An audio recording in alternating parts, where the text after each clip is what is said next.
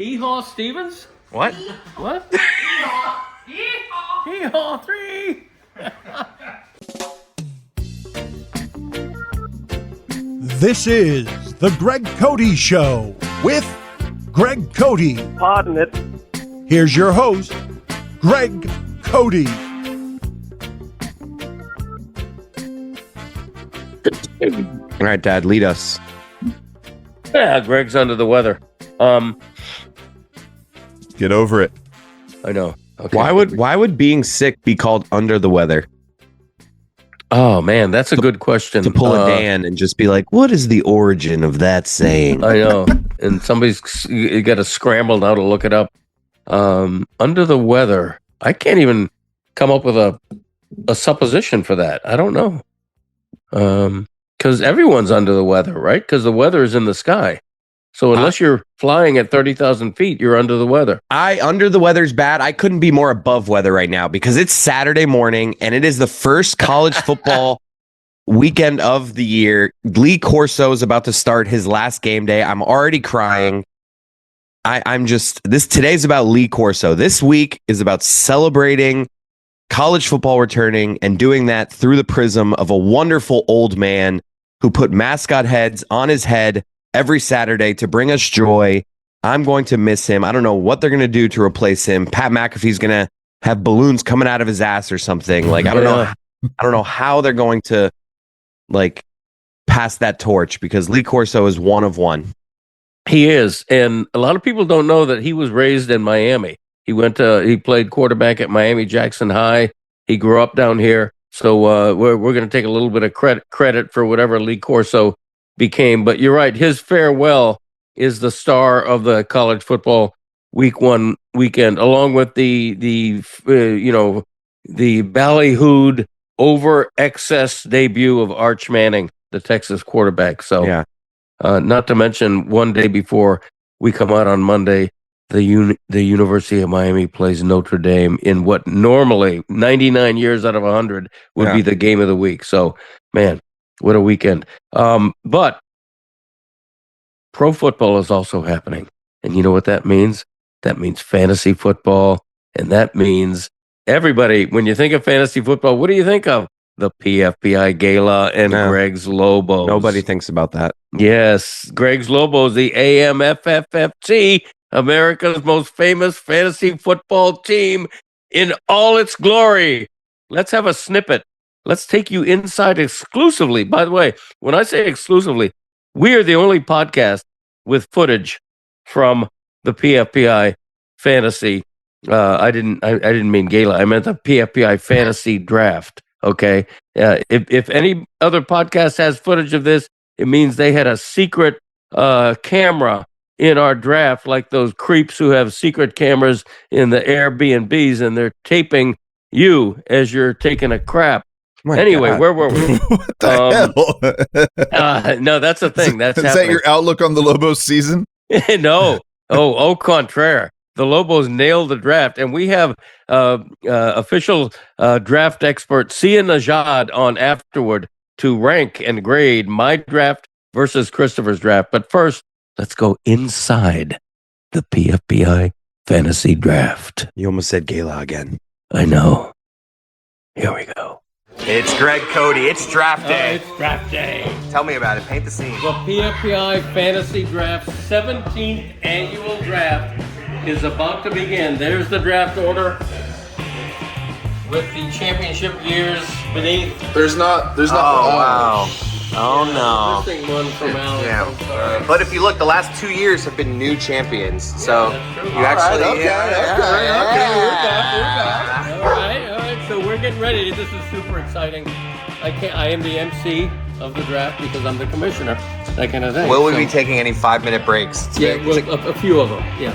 Only league and only fantasy league in history that takes breaks. Okay. You know, you get a break between every pick. You can go to the bathroom. I don't because I'm administering. You're not administrating. People put their own stickers up. Okay, I wish There's they wouldn't. nothing administrative that needs to happen. Too many crooked sticker makers out here. We need neat. Make stickers great again. I didn't say that. You did. Why do you have a flashlight? Okay, welcome everybody to the 17th annual PFPI Fantasy Draft. We have all 10 teams back, 9 of us here. Joe is drafting remotely, and Joe. Corey, our reigning champion. Who still hasn't been paid. Okay. Still hasn't been paid. This is awkward. Okay. The number 1 pick in the draft goes to Christy. Christy is on the clock with the 4th choice, 2021 champion. The 3rd choice. Greg's Lobos. Oh wow, Mom told you. Wow. All Dad was looking forward to was announcing himself, and Mom stepped all over it. Yeah, she did. That's okay. Say it again. We all want to hear it. Nope. 2021 champion, Greg's Lobos. Select Saquon Barkley. Michael selects CD. Mary had a little lamb. Now on the board, Alex. Oh, something was missing there. Wow. Then we'll take a break and then have your other. Why are we taking a break? You literally have 20 minutes in between picks. Why do you need a break? Because I want a break. There's never been a break in the history of fantasy drafts. Everyone gets a break after every pick. See you in a couple minutes. Chris took, did you see that? Dad, you took DeAndre Swift. I did. You took DeAndre Swift, and then you said he plays on the best offense in the league. Explain. He used to. You thought he was a Lion, I knew he was. but you thought he was still a Lion. Yeah, He was on the Bears last year. I may have made a momentary mistake. He was on the Bears last year? Hee Haw Stevens? What? What? Hee Haw Three! It still sounds like it's over Corey loves the Hawks. Yeah, she does. Who doesn't? All right, get that on my face.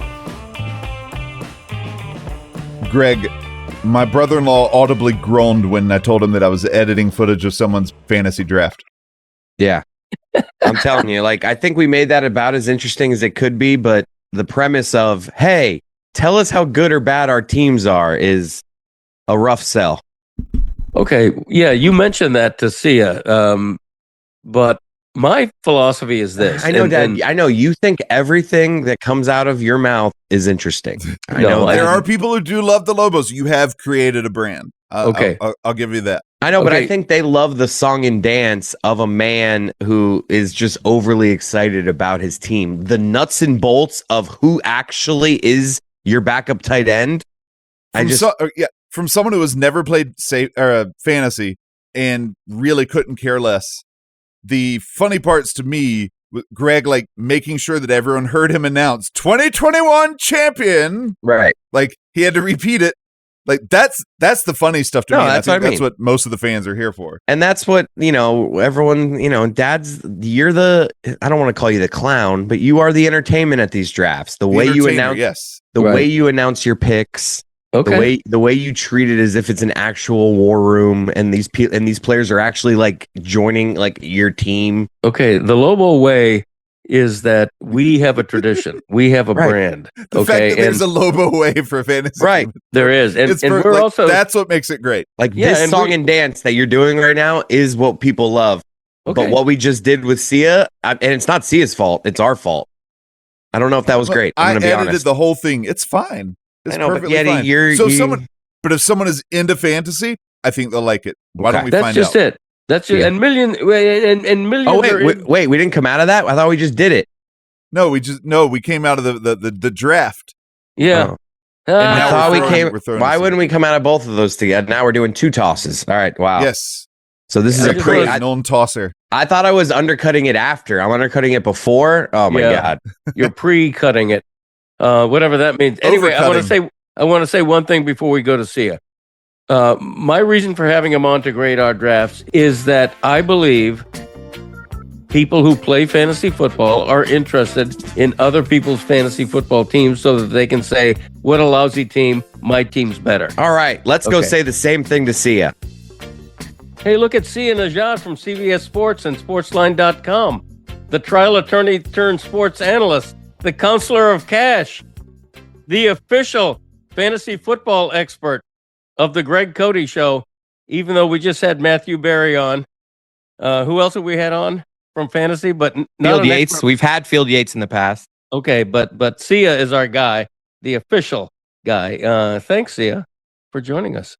I love getting the official moniker because as Field, like I'm trying to outperform somehow Field Yates and Matthew Berry. I don't know how to do it. Like I thought maybe dress code for Matthew Berry, but Field Yates looks so good that I can't get him there. But if I get the official moniker, then I'm first place. Yeah, absolutely. Well, we Christopher and I just had our 2 fantasy drafts. A few days ago, we had the big one, the PFPI fantasy draft. Let me jump in real fast, Dad, because I get insecure about this. And Sia, this is my first question to you. Is what we're about to do with you an interesting podcast thing? Because I know fantasy football is an interesting thing. I love hearing breakdowns of who we should take, who we should draft. But people telling me who they drafted and their team is, I sometimes am like, that's the least interesting part of fantasy.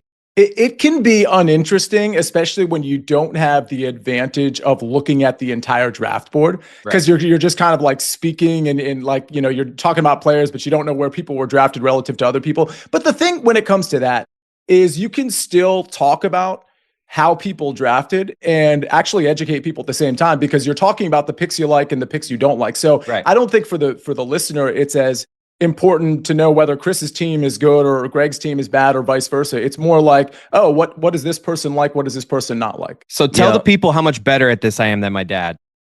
Okay, first of all, hang on. First of all, I have the ESPN grades here as well. The ESPN grades everybody's draft, and so, you know, let's not get carried away, Junior. But I think I'm interested, like if you tell me who you drafted, who your quarterback is, and your running backs and wide receivers. Just start with that core 5. Well, yeah, I want to compare that to mine. I want to hear yours and be able to say, nah, I'll take mine, thanks.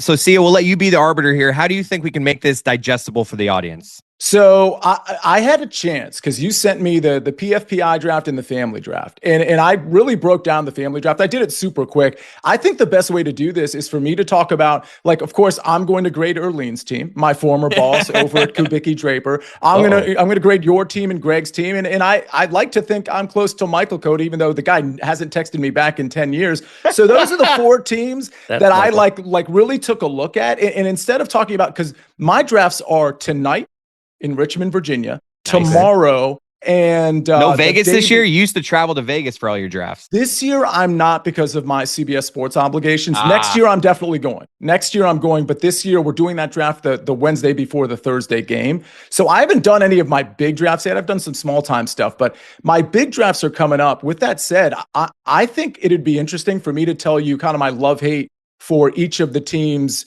yours, Erlene's, Greg's, and Michael's. Let's do it. All right, let's start with, I should start with you guys. Greg, I'm gonna start here. And this is not the same sentiment I have for PFPI. We'll see if we get to that. I absolutely love your team in the Family League. Wow. And I didn't get a chance. Yeah. I didn't get a chance to look at every team, but I'd be shocked if I didn't like this team the best out of every team. Dad, did I not tell you? You did draft it. Like I usually am super critical of my dad. I said after that draft that I agreed that he did really well. We will say, I should note, this is a 2 quarterback league. Yep. You have the quarterback position and you have an offensive player. So that's why the quarterbacks do go a little higher in that league. But the key to Greg's team is that, again, it's a 2 QB league, which is a huge emphasis on the quarterback. He got Jaden Daniels in the 2nd round, which nobody can argue with, certainly not me, a Commanders fan. But the fact that he was able to get Dak Prescott in the 6th round is tremendous, especially when you compare, like, where did he get? Like, he got Saquon Barkley. Omarion Hampton is going to be pretty good. He's got Terry McLaurin, which, you know, I think from a touches standpoint, you could kind of go either way from a PPR standpoint. Which and he got your running back. He got your running back, the Commanders. He got Bill. Yeah, Krosky Merritt, but he also got Malik Neighbors. I mean, this team is pretty loaded as far as I'm concerned. I mean, the tight end is weak, but I mean, when you're looking at a 2 QB league and you got Dak and you've got Jaden Daniels, and then you still got Omarion Hampton and Barkley, Neighbors, McLaurin, JSN. JSN is in the 7th round in a PPR league, which I assume this is. Yes. That's Yeah. nasty. This team is Yeah. really good. Nice. Thank Now you. this league is famously, everyone else in the league. I don't want to throw shade, but people fall in this league. This is historically the league where I'm like, you can get a Smith and Jigba in the 7th Mhm. round. That happens very, very common in this league. Okay. So, go ahead, Greg. First of all, before you go on, Sia, I want to say that ESPN graded my PFPI fantasy draft an A, as in excellent. What? So A is in excellent. So let's now review Christopher's draft.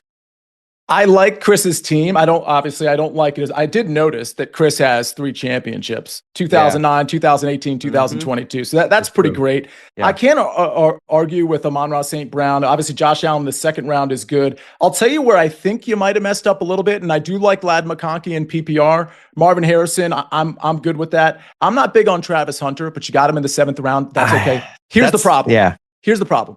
Bo Nix, you took in the 6th round. 2 QB league. I like the Broncos. However, I feel like a lot of people like him. I've been reading.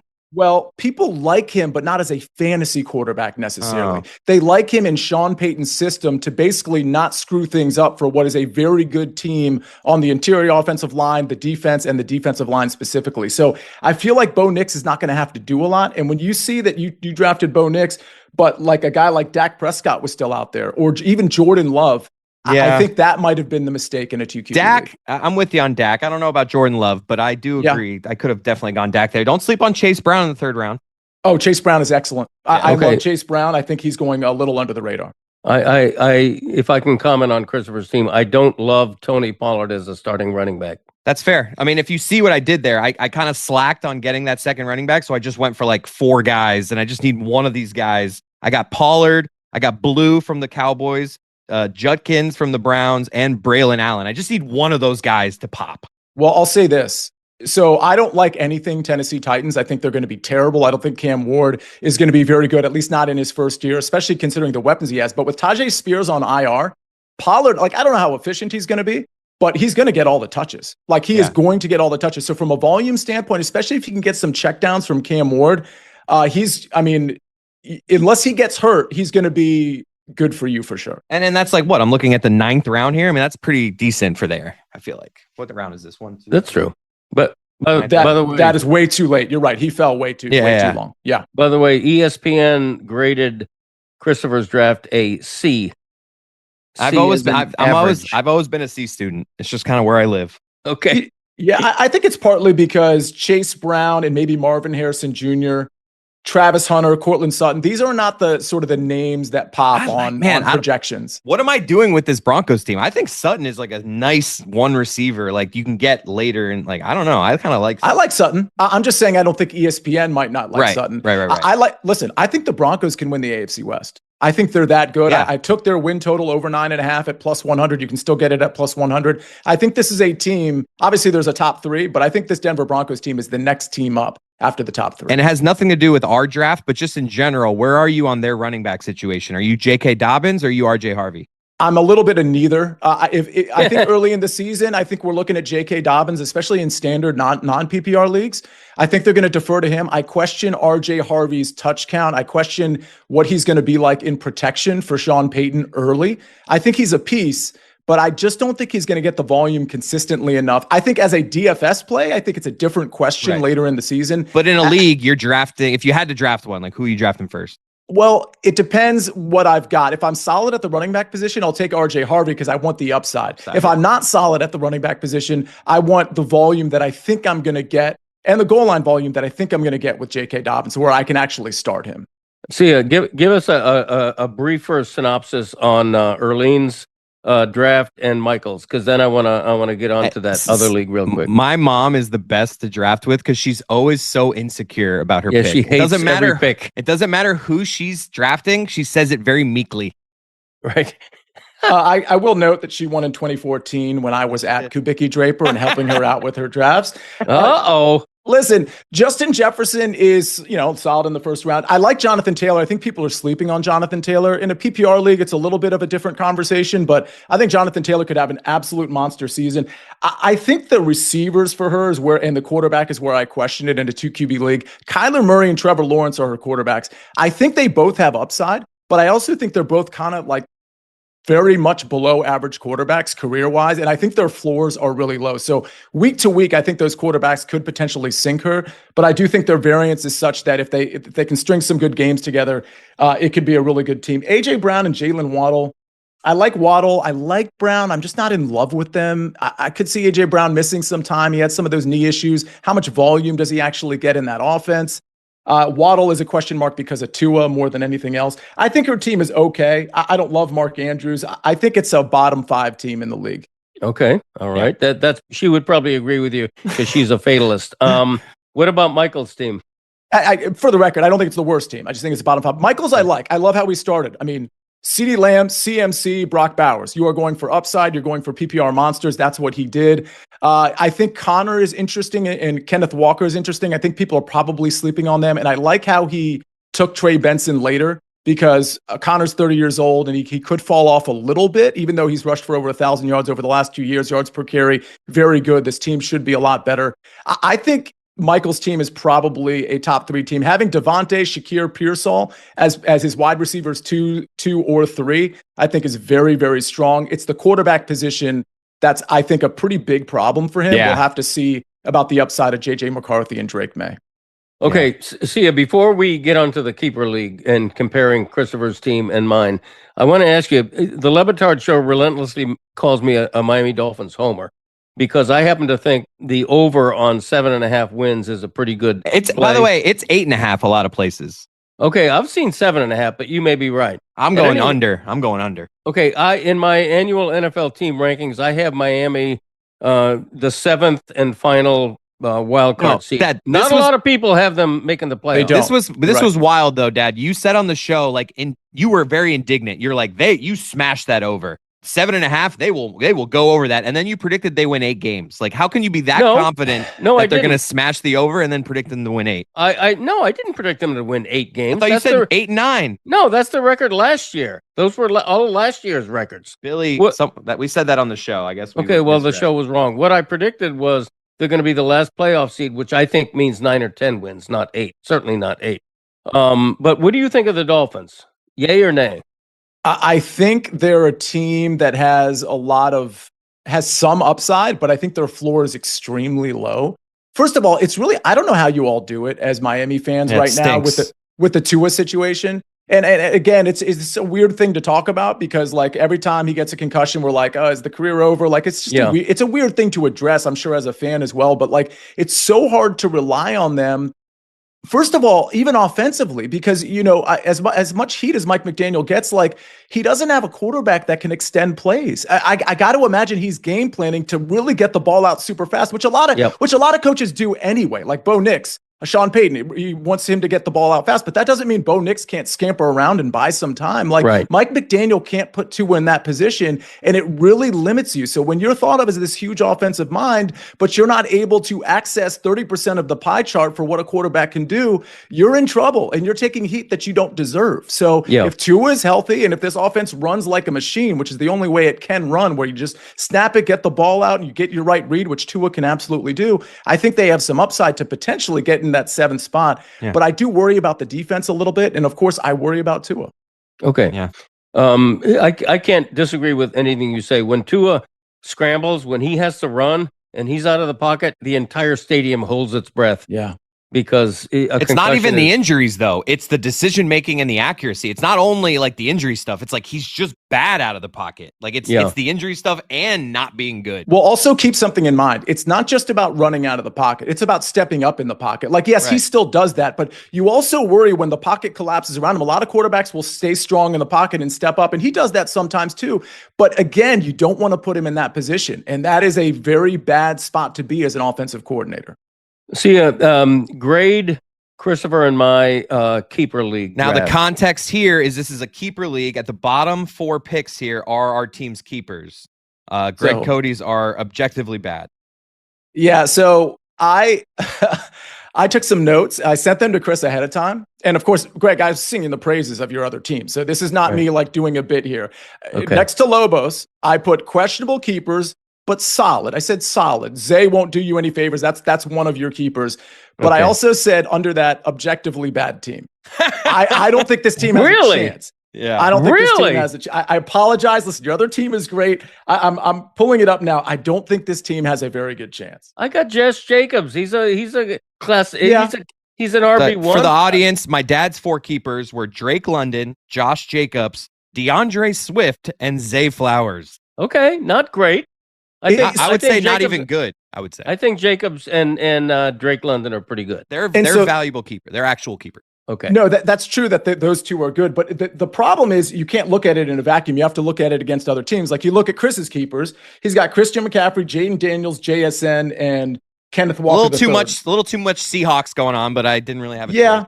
that's true. And that's not even the best example of keepers. I just feel like, when you have 4 keepers, you want all 4 of them to be pretty solid. I just don't. And again, when I looked at what you did I like Jalen Hurts. You have Garrett Wilson in the second round, like Cortland Sutton.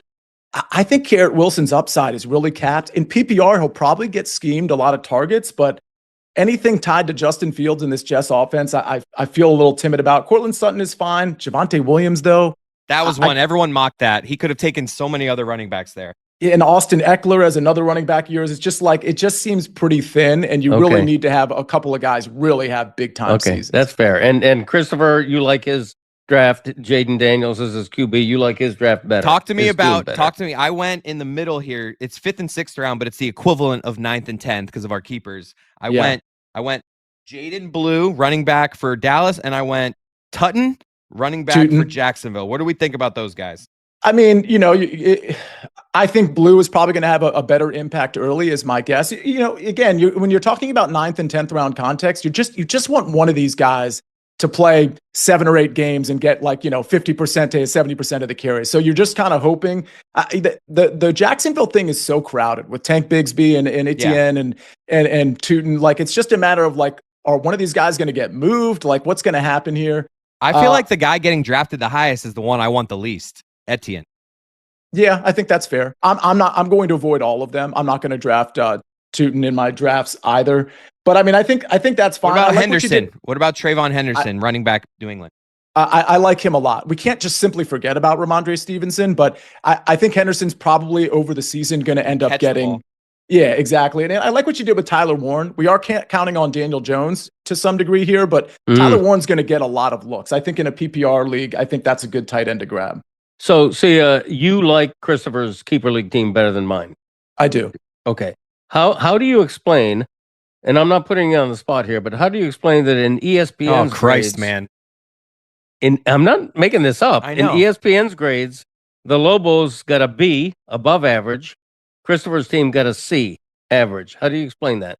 Well, a lot of it is, so I don't know how ESPN does their stuff. And I will tell you, when people tell me what my grade is, whether it's at CBS or ESPN, I don't really care about it, because a lot of times what you're relying on, and again, I don't know how ESPN does it, is the actual projection. But what Chris is doing, for example, at the running back position with, let's say, Tootin and Jaden Blue, but Tootin in particular, is relying on the upside of, well, if somebody gets hurt or if somebody gets dealt or what, so that's not really being factored into the projection. So a lot of times, instead of just looking at last year's stats and projecting next year's, whatever stats that you want to talk about, you're also predicting roster moves and roster competitions and things of that nature. So I don't know that that's getting factored into the straight projections.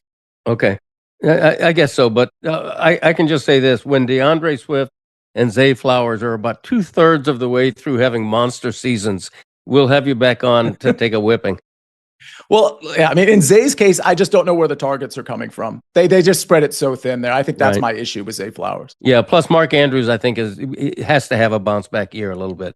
So bounce back catch. He lost them the Super Bowl chance. I know.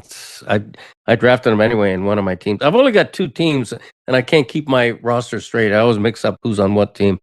Anyway. I'm out of breath.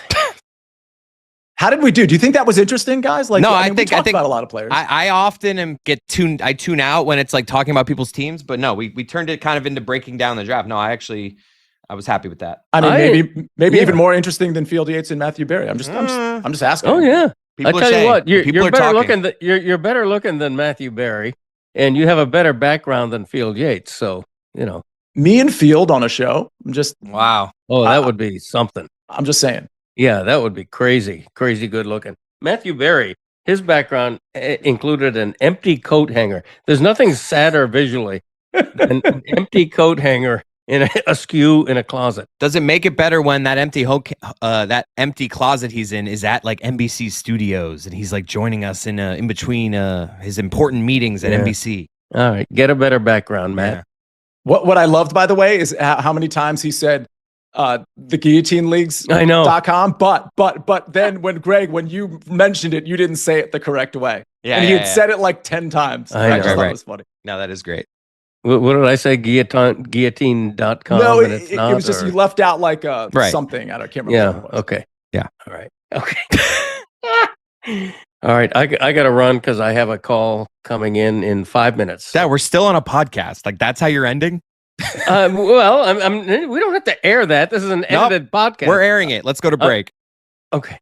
Wait, let's actually first see it. Promote. Like, where can people find you on the way out here? You just go to Twitter or X and Sia Nejad, SIANEJAD. I put all my content out there. I do stuff for CBS Sports Network pretty much almost every day, but also on the Sportsline YouTube channel. I've got a show called The Early Edge Monday through Friday at 10 o'clock. But again, all my content's out on Dude, Twitter. You're so good at this, and I know I want to get you on the Lebitard show, but Dan just doesn't care about fantasy. No, he doesn't. Does he care about betting? Because you guys have a DraftKings affiliation. Yeah. I was the number one NFL player prop better last year on Sportsline. Number one.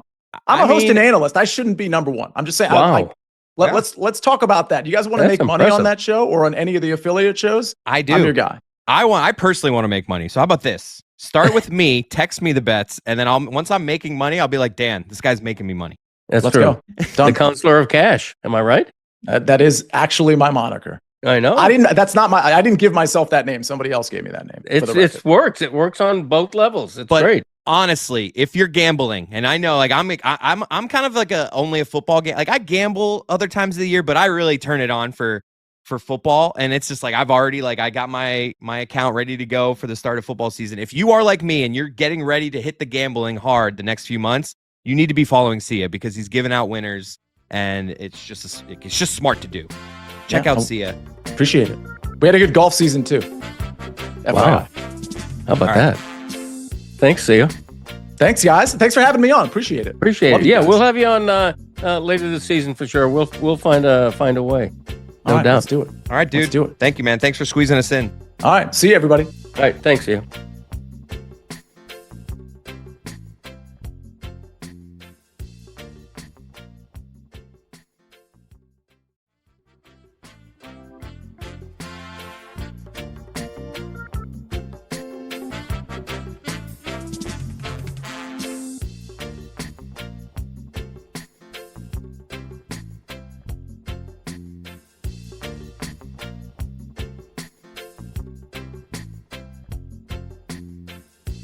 Dad, you complained about Mario Cristobal not giving you any good quotes yesterday What makes you say that? because Cam told me that. Cam was at Los Grosas or whatever Yeah. it's called. Yeah? Yeah. Okay. He's right. Mario gave me boop, and I had to completely retool what I was writing. He gave you 20 minutes last week. Right. know, That's but- what I said to Cam. I'm like, what did he expect to get out of him? Like, what would you want him to say? I wanted him to be Joe Namath and predict, guarantee that they were going to beat Notre Dame. Why? That coach would never do that. I know. I'm kidding.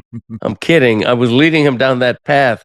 Mario was an extremely confident man. I was hoping to get a little bit of that confidence from him, and he was a little bit buttoned down. It's because at the time I talked to him, it hadn't been announced yet, but he knew that one of his linebackers was about to be charged with vehicular manslaughter and all that stuff. So I hit him in a bad day. But anyway, I wonder how I did. I predicted Miami would handle Notre Dame 31-16. So I'm either an idiot or a genius. Look at you going out on a limb and predicting a Hurricanes win. Yeah, because they're an underdog, dummy. Right. Okay. No, that's my point. Is that you'll pick the homer team even if they're an like that. Like what? Like I love how you're thinking. You're dunking on me with that response. Well, I am. By the way, before we move on, and we got a couple of really good things to get to, but I want to revisit the tense argument that you and I had on the Levitard show. Okay, I don't want to belabor Me it. too.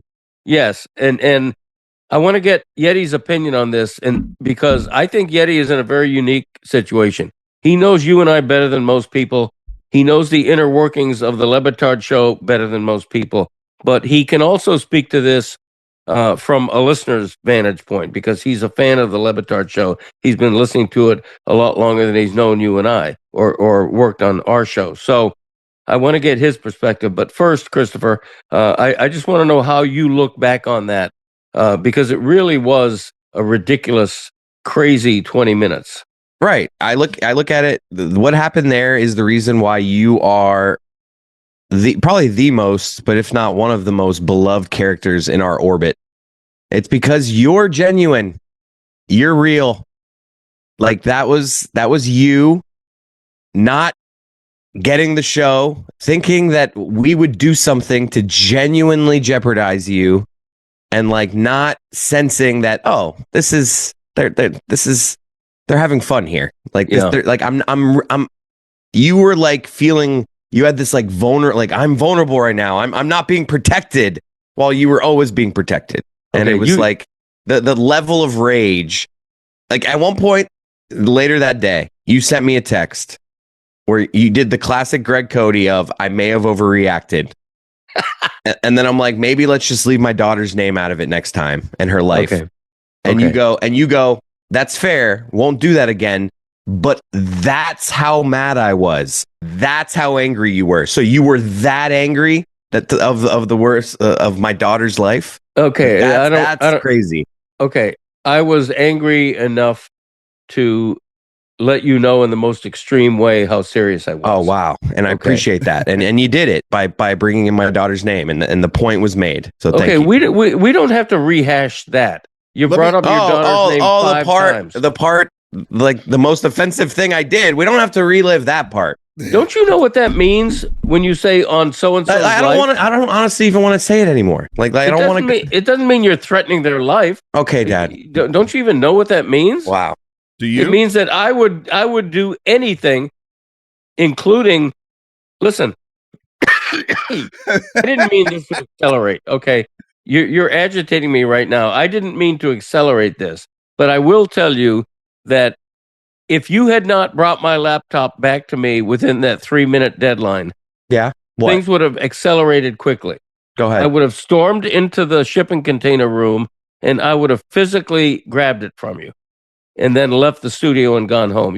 I just want you to know that. I know that, Dad. How Dad, upset I was. nobody doubts how upset you were. It was pretty obvious. And then if we were talking to someone who had no idea of the situation right now, and we were like, man, this sounds like it's a serious thing. They must have done something. I'm very curious. If someone doesn't know any information, they're very curious right now to hear what was done to him because Greg was upset. Go ahead. What was done to him? Oh, they teased revealing where the Dolphins were ranked in his preseason column. Right. Wait, that's wait, he was threatening what? That's what it was? That's all we're saying. Like it was. Let me jump in here. Let me jump in, I want Yeti's opinion. Yeah. So I texted Cynthia that night and I said, I didn't enjoy today. But I'll tell y'all why.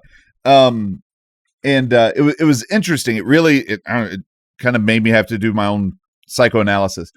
It conjured up all these stuff I haven't thought about in 30 years since middle school, when exactly what I envisioned was someone flipping off my hat, throwing it to someone else, and basically making me get upset and playing keep away and just, so it's, if I don't do anything, they're going to keep doing stuff like that. But as soon as I could try to stay calm for a couple minutes, okay, give me my hat back. And then as soon as they tease enough, I overreact. Then I'm the one who, well, you're an overreactor. And it's like, no, you shouldn't have touched my hat. And Right. this says more about me than the overall scenario, but it is something, it's just a hat, but it dredged up all those feelings. And I acknowledge that when I say I didn't enjoy today, it's a lot of it's because it brought up some stuff that I didn't expect to pop back up. But it's a weird place to be in, because if you don't do anything, you're weak. If you try to do something, then like, wow, why are you taking this so seriously? And it when it never should have happened. Did Greg overreact? Yes. However, that's his article. He put his work into that. Is it this massive? Was he reporting on some massive government change? No. However, he wanted that article respected, and he has a genuine worry with trustworthiness of the show. If I'm going psychoanalysis, why? Because maybe he's betrayed his friend before. No, I mean, look, that is all. Like, everything you're saying is valid, but at the end of the day, the fact that you lost, you trust Dan and I, and like the fact that you right there in that moment, like you turned into this, like, as if I would reveal something that would genuinely, like, we've never genuinely like done that to you. You've done that to Dan, to Yeti's point. Okay. We always protect you. And like, for you to not realize, like, oh, the wrestling aspect of this, and to get so serious, like, I know I'm going to be the bad guy here, and I'm just not going to give you the satisfaction of, what, Greg? You might not actually be the bad guy, Chris. I know, and that's what I mean. I won't trust me. I felt, according to the audience, I felt my dad's anger. Yeah, and I wanted to punt on it because I'm just like, oh, he's going to do this thing where he's just going to take it so serious. So I wanted to right away just be like literally. I wouldn't have been bothered if you just took it from him and teased for like 5 seconds. As Dan said on the show, said on the show, Dan's like, what were we supposed to, if we just give you the laptop? Like, I wanted to like be like, there you go, Dad. All right. Like, was that a fun show? Like, you got your laptop back. Like, that's what I wanted to do. I do think there are funnier ways to trip Greg Cote, to get funny out of Greg Cote. I just like, I think that genuine rage is as funny as you can get with I put it out to the audience because I was like, Chris is going to get so buried for this. And so I did polls on Twitter and Instagram, and we had 406 responses on Twitter and like close to 450 responses on Instagram. And it was interesting. They both came back with really similar results. I asked, did you enjoy the laptop experience on Levitard's show today? 43, and I gave a yes, maybe no. 43% said yes. 39 said no on Twitter. On Instagram, it was 43 yes, 40 no. Had a little bit more on maybes or yeses, though. Maybes or yeses. Like, maybe. So yeah, like, I was really surprised to see. Why not just put yes or no, Yeti? You got to go to your little podcast. My defunct thing. Podcast. Yeah, I mean, like, it's also we're trying a show to thing. We're trying to get real results. Like, come on, give you real results. That the yeses came out like it was pretty close, but still, I expected it to be like 60%, 70% no. It's just such an eye roll. Like, it's just like, okay, Dad, you're angry. You're the most angry. You care about your picks. And yet it went on back, and yet it went on and on and on. That was my problem, because that's us making lemonade. Okay, well, it was sour lemonade, and an example of how it went on and on and on is at the height of my anger, Levitard is trying to send me to his penalty box. Your once penalty again, box. see, like, I'm you angry enough. I ain't going to your penalty box. You don't get it, my dude. Laptop. You just don't get it. You didn't get how angry I was. No, we did, and or respect it or appreciate it. Either way, that's all. It was over the blow. I'm glad that you were still able to host the draft, Greg. Of course he was. He was never not hosting the draft. He's full of it. Everything he was saying, he brought my dollar. The draft. I'm not hosting it. Like, just okay. No. The whole time, I'm thinking, I was like, how can I angle this, Chris? You know who wishes they could make their dad's life hell but can't? Me. Right. And I was going to say, so treat him nicer, but maybe it means you make his life hell for as long as you can, because you don't know when it's going to go away. Okay. I thought that us discussing this would be a little bit more conciliatory than this. I didn't mean for it to be I'm another not going argument. to give you, like, I know everyone's doing the thing. Everyone's doing the thing of, oh, you're great. You can't believe you did that to your dad. Like, no, a lot of people overreacted. Are after Greg for being a baby. He overreacted, and he didn't get fine. the show. And he didn't get the show. He forgot he was on a show, and he was just like, no, like, I didn't forget I was on a show. But but my disrespect that I felt overrode my enjoyment on that show. My livelihood. As Dad, how'd the clicks do on that article, by the way? They always do. My annual NFL team rankings are always really popular. Oh, you don't think it was helped at all by like the whole? Did they do better this year compared to last? Yeah. About the same. Oh, full of your. That's bull crap. It might be. About the same. They all do very well. We couldn't have garnered more attention for that article. Yeah, at my expense though. So you're and at what expense though? See, that's the I don't want to do this because like I just want to say let's move on from that. Yes, please. Greg forgetting he was doing a show. Greg also owned the show this week too, with your lip syncing performance for the Sueys, for Me and You at the Sueys. Thank you. Great tune. You did great with it. Like I couldn't have been more thrilled when I saw you come out of that bathroom and throw it on Monday morning with the toilet paper over your shoulder. Yeah. I was like, this is so much better than the direction we were going to take it. And I love the way the show played it through the week. I love giving Jeremy the silent treatment on Friday after giving everybody raucous applause. It was tremendous. Yeah. But when do we play that song? Huh? I'd like to play that song. The Suey maybe song. we will, maybe we won't. We'll find out. Okay. But there were a couple things that I guess were OLI for the Sueys. I really was sad that Storm NFL didn't make it. That was one of my favorite clips because I forgot all about it. It was, and I think it was going to be in either best revelation or best story, or it was originally put under imitation, but I didn't think it would, or limited fake. Wait, yeah, but Storm NFL. Oh, I don't. Yeah. That's the lady at bowling, right? Oh no, Yes. I don't remember even hearing that one. Honestly, maybe that fell through the cracks. Yeah, that one. And then my favorite laugh was, and it was because it was subtle, but it was also a longer clip, so I understand it not being able to make it in.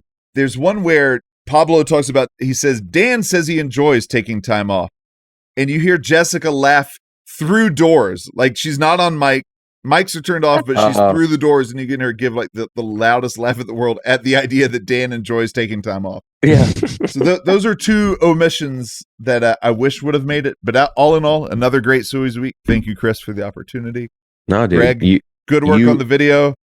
Yeah. Shout out to you. Shout out to Gabe. I mean, the whole team. The Sueys were a well-oiled machine this year. Rage doing what he does, and then Ethan. We wouldn't have had Greg. You wouldn't have had the chance to shine with the song this week if Ethan didn't help me out through the editing process. So okay, major thanks to Ethan Badowski. But do you think do you want to do another song, Greg? You know what? I think we should. What would be a good subject for that song? Football's back this week. You know what? Football is back. Text Dan, see if we can do a new song that I'll write and record in the next 1 minute. Oh, yeah, we better get it out. So tune in. Greg, what's your schedule? When are you going to be on the show this week? I think I can only do one day this week. I think I can just do. What day is that? When should people look out for Greg you Diva. and possibly a new song from Greg Cote and the Hee Haw Three? Greg Diva. I mean, Jesus. Now, the Greg Cote Show labors for the American people, so we drop Monday as usual. I don't think the Levitard Show is on Monday. No, we are. We're doing we're going to release like an hour or two reacting to Miami Notre Dame. Okay. So, but I'm on Tuesday, right, Christopher? Tuesday, Wednesday. I mean, you know, Greg Cote, now that he has to work again because of football season, he's like, I don't think I can't. Okay. Yeah, Christopher asked me when I can be on this week, and I tell him only Tuesday this week, and he says, "Okay, so Tuesday, Wednesday." I mean, that's what I deal with. I mean, Dad, like you're one. Like I don't like. Have you read The Room? Take a look around. Like it's All a right, 2 day. What day should people tune in to hear the latest song from Greg Cote and the Hee Haw Three celebrating Tuesday. the NFL? Tuesday. All right. Yes, Tuesday. Tuesday morning. You heard it Yes. here. Go to the Levitard Show, subscribe, and get ready for another new hit. I just like, can you actually not go Wednesday, or like, can you come in Wednesday? I mean, come on, like, what are we doing here? Okay, if you really need me, I'll be in Wednesday. Dad, we need you as much. When we say we want you, we need you. Okay, I'll be in Tuesday and Wednesday. There we go. See? Okay, now, while we're on football, the Dolphins play this coming Sunday at Indianapolis. I want your thoughts. Yeti, I don't know. You're not a huge NFL fan, right? I follow the stories. I never get Okay. a chance to watch anything. I just don't. Christopher, I want your opinion on this Dolphin season and especially on Dolphins at Colts in the opener because it's been totally overshadowed by Notre Dame in this market. Yeah, I mean, I'm very trepidatious about this Dolphin season. Don't feel that excited about it in terms of expectations. I'm excited just to have football back, but I am very pessimistic when it comes to this season for the Dolphins. I think everything has to go perfect for them to just be, a playoff contender. Tua makes me nervous. I think this is a good first game because I think we've said before on the show, like, if they struggle with the Colts, even if they win a close game, I think that's not a great sign for this season. I think if they go into Indy and they look like the better team, then we can kind of be like, okay, maybe this will be decent. But it's a good gauge. I could not agree more. Yeah, I could not agree more. Normally, I make fun of people when they say, "Oh, first game of the season, they got to win this one," But in this case, for the reasons you said, I think winning at Indy, a bad Indy team with Daniel Jones quarterbacking, I think the Dolphins coming out of that 1-0 is really crucial just to excite the fan base, just to let people know, hey, we don't, you may have heard we suck. We're number 20 in the rankings of ESPN, better in Greg Cody's team rankings. But they're going to be better than people think. They're going to be wild card playoff contenders for sure. Greg, to your point, I was listening to the SV pod this week, and Van Pelt does this with Stanford Steve, and Steve actually thinks that people are being way too low on the Dolphins. He's not saying they're going to be world beaters, but he's, I think, taking the over. I think he's saying there's decent gambling value because nobody's picking them to do anything much, right? And so he's taking the over on their season total. He thinks they'll do markedly better. Not, I don't think he thinks they're going to make a splash, but better than what people are saying. Yeah, no, I could not agree more. So you have an ally with him at least. So no, that's good. That's good. Welcome aboard, SVP. I want to do 2 quick listener thanks. Shout outs to the people in our pod family who sometimes reach out to us. I'll have another one a bit later as a dedication to this week's dad jokes. But first, I want to thank Austin. I'm not going to say his last name. Give him a little privacy. Austin from Pittsburgh, Kansas. He's a young man thinking about a career in writing about sports, and he reached out to me. It's always welcome and always surprising when I get a handwritten letter in an envelope, a handwritten letter. And I will get back to you soon, Austin. Is it more surprising that they hand wrote it or that they figured out how to get it to you? Well, that I said to my wife is a little creepy. How do people know my home address? And she's like, everybody knows everybody's own, she's, I don't, I did think of that though. Okay. Don't write to me at home from now on. Okay. Please. It creeps me out. Okay. Is it time to get to dad jokes? Yes, we need to move quick. He's always kind of thinking that his puns are in vogue. He cracks himself up like an egg with a yolk. And now Chris's morale is broke. Dad jokes. Okay, this edition of Dad Jokes is dedicated to loyal listener Lauren. That's right, you, Lauren. If your father is Abe and you bought him a book of dad jokes last Christmas because you two listen every week, I'm talking to you, and thank you both. If I remember right, she's only like 7, right? I don't know. Yeah, Lauren is like 7 years old, I think, and listens to dad jokes with her dad every week on this show. You think there's That's 2 sweet. Laurens that listen with their dad that like one of them thought that you were talking about them? And then what if there's only one Austin in Pittsburgh, Kansas? Yeah, that's true. And are there 2 Laurens with whose father is named Abe? I think that's the tiebreaker. The dad named Abe. Speaking of young kids listening to our shows, my daughter has discovered the Lebitard show on TikTok. Oh, no. So now I've officially reached the point where I need to start watching what I say. My dad was talking about does. Yeah. Yeah, explain that one. Okay. Dad jokes. Daddy, why is Pop so angry? Graceland, he doesn't get the show. It's a fair question. Good question, Grayson. Why was it's because we said he was 14. They were 14 instead of 16. What she says? Papa's acting like a little bitch today. Yeah. Okay. All right. Number 3. What do you give a sick pig Ointment. Yes, That's a I repeat. may have done that before. That's a repeat. Is it really? This is Yes. gross, Damn. Dad. This is so bad, dude. Like, Isn't that an instant cancellation? yes. No. Okay. Number 2. What did the cashier ask the herbalist at the checkout? Do you have the time, Nope. Chris? I- Botany plants lately? Yeti just stifled a laugh. He no, thought I don't that was have the good. time for that kind of joke, Greg. Number 1. How do lawyers say goodbye? See you later. Yep, that's right. Oh, 2 out of 3. Wow, you ruined it.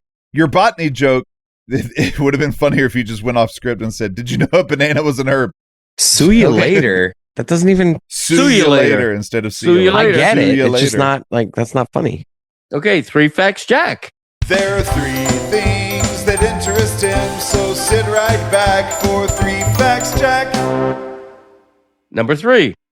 The animal with fingerprints almost identical to those of humans is not a primate, as most might guess, but a marsupial, the koala. Number 2. The last letter added to the English alphabet was J. Number 1. The Japanese phrase kuchi zamishi refers to the act of eating when you're not hungry because your mouth is lonely. Gripe of wrath. Annoyances, complaints. Greg's got grievances out the ass, so buckle up, Buttercup. It's time for Greg Cody's Gripes of Wrath. Food trucks. One evening a month, about a dozen of them show up at a park near us. We went over there once to check it out. I always figured food trucks were quick and cheap. They're neither. They're pretty pricey, and it ain't fast food. Neither is it especially convenient because, like a restaurant, you have to go to that truck. But unlike a restaurant, you probably have no idea where the hell that truck is at any given time. Yes, food trucks are popular. I get it. If you like them, I'm sorry. Continue liking food trucks, but not for me. No thanks. Christopher is sleeping over there, so he's not even in the show right now. What are you reading? I'm just, I'm digesting. It's like it's past 9:00 now. I want to go watch Lee Corso. I'm digesting clips. I'm seeing Okay. that Big Noon is going to air the Lee Corso pick, which I called on the Lebitard show earlier last week. I was like, it would if they have any respect at Big Noon Saturday, the Fox pregame show, Wow. they will simulcast Lee Corso's last headgear pick, and they are doing that. How are they Let's- allowed to do that? How were they it's allowed just to it's do just one of that? those things that like ESPN's not. You think ESPN's gonna say, "Hey Fox, you can't," like that's Fox good you. attention for ESPN. So Okay. Greg, All right. let's actually let's go to that right now. Let's end the show. Go respect Lee Corso and Yes. this football this football You know what? Let's just Saturday. do worldwide randomness of life, and then we're out of here. Greg Cody's Worldwide Randomness of Life. Worldwide Randomness of Life. It's worldwide. It's random. It's Greg Cody. Worldwide Randomness of Life. Okay? These are facts in real time. A Google search top 10 in real time. What interests you most? Google Gmail data breach? Andre Carter Lions practice squad? New York Times connections hints August 30th? Sense bankruptcies? Amel Bove? Google Gmail data breach warning? The Summer I Turned Pretty final trailer? McDonald's manager ICE detention? Missouri redistricting? And Kansas City Chiefs. I think you need to go back to the summer I turned pretty. We need 2 weeks of that. man, I wanted McDonald's, and then it ended with an ice thing. Okay, I wanted that too. So we're going to go back to that one. No, I mean, I don't actually want to do it now. I wanted it when it Basically, was this just is going to McDonald's. turn into you doing a summer I turned pretty recap every week. Yeah. Yeah, the Summer I Turned Pretty final trailer. And then I'd have to watch the trailer to figure out what it is. So we're not even going to do that. Summer I Turned Pretty. I've never even heard of it. Is that a TV series? What is that? You just recapped it as episode 7 of season 2 last week, I think. Yeah. All right. Okay. Good segment. Good. I already segment. hate that show. Okay. You guys picked the wrong worldwide fact of life, randomness Jack. fact of life. Jack. Okay. Hey, check out me on the Levitard Show Tuesday because we play Yeti's brand new song. It's Greg Football's Cody and the Back. Hee Haw Three's new song. Okay, it's Greg Cody and the Hee Haw Three's brand new song, Football's Back, Jack. Okay, and it's a banger. Thank you, Sia Nejad, for being on with us, especially for continuing to heap on the praise on PFPI Fantasy's Greg Cody's fantastic draft. The Lobos are guaranteeing a 2025 PFPI Fantasy Championship. I'm the Joe Namath of my time. I am guaranteeing a championship in 2025. Thank you, Pod Family. Appreciate you always. See you next week.